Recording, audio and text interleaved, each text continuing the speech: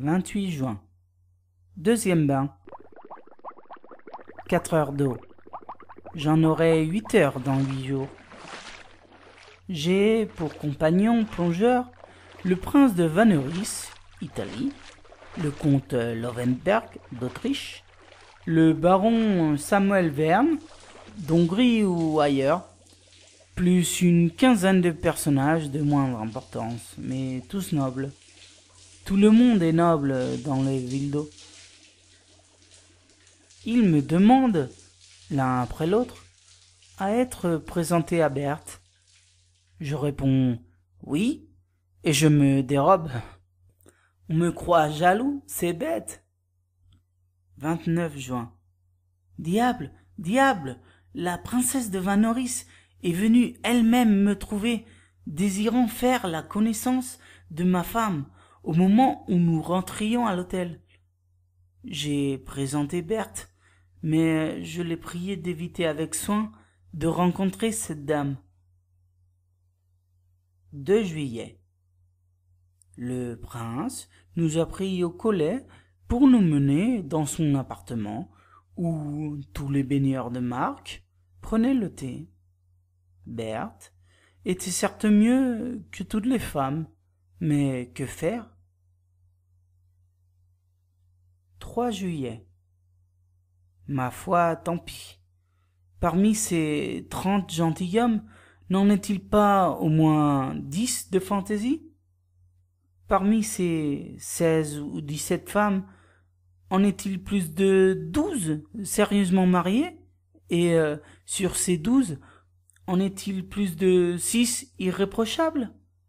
Tant pis pour elles, tant pis pour eux. Ils l'ont voulu. 10 juillet. Berthe est la reine de l'Oèche. Tout le monde en est fou. On la fête, on la gâte, on l'adore. Elle est, d'ailleurs, superbe de grâce et de distinction. On m'envie. La princesse de Vanneris m'a demandé: « Ah, ça, marquis, où donc avez-vous trouvé ce trésor-là » J'avais envie de répondre: premier prix du conservatoire, classe de comédie, engagé à l'Odéon, libre à partir du 5 août 1880. Quelle tête elle aurait fait, bon Dieu! 20 juillet. Berthe est vraiment surprenante. Pas une faute de tact, pas une faute de goût, une merveille. 10 août. Paris. Fini. J'ai le cœur gros. La veille du départ, je crus que tout le monde allait pleurer. On résolut d'aller voir lever le soleil sur le Torentorn, puis de redescendre pour l'heure de notre départ. Les femmes, extasiées, regardaient cela. Elles tressaillirent, un bouchon de champagne venait de sauter, et le prince de Vanneris présentait un verre à Berthe, s'écria: « Je bois la marquise de Rosevert. » Tous crièrent: « Je bois la marquise de Rosevert. » Elle monta debout sur sa mule et répondit: « Je bois à tous, mes amis. » 3 heures plus tard, nous prenions le train pour Genève, dans la vallée du Rhône.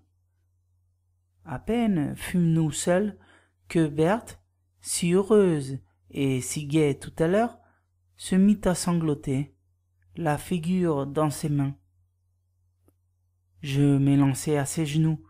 « Mais qu'as-tu? Qu'as-tu? Dis-moi, qu'as-tu » Elle balbutia à travers ses larmes: « C'est donc fini d'être une honnête femme ?» Certes, je fus à ce moment sur le point de faire une bêtise, une grande bêtise. Je ne la fis pas. Je quittai Berthe en rentrant à Paris.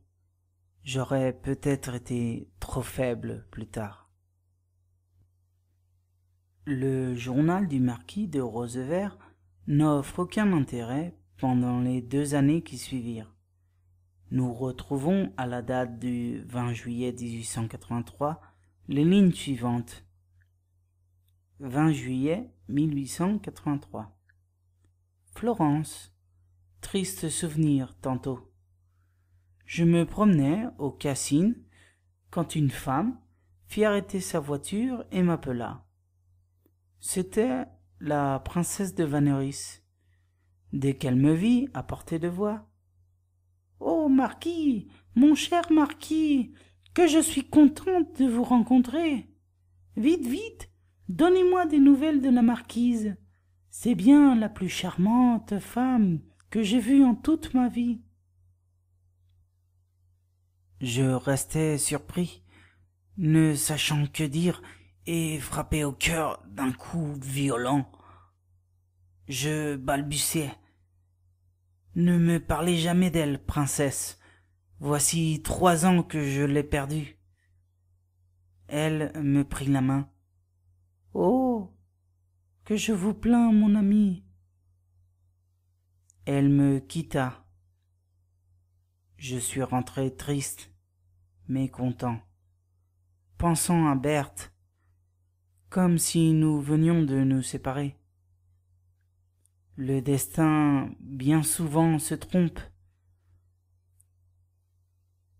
Combien de femmes honnêtes étaient nées pour être des filles et le prouvent?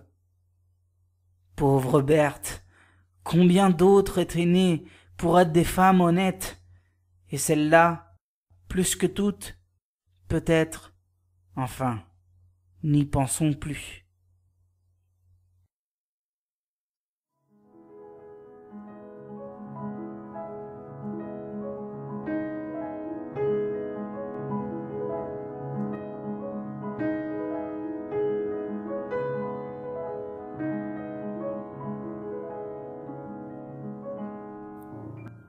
Ozo ou Journal du marquis de Rosevert, avec Bene Gomez en tant que narrateur, réalisé par Andrew Ward,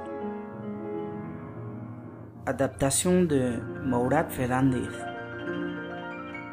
musique de Ravel jouée par Felipe Sarro.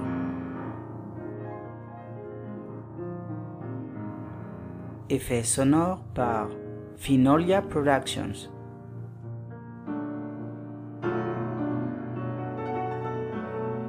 Pour plus d'histoires, visitez le site audiostory.com.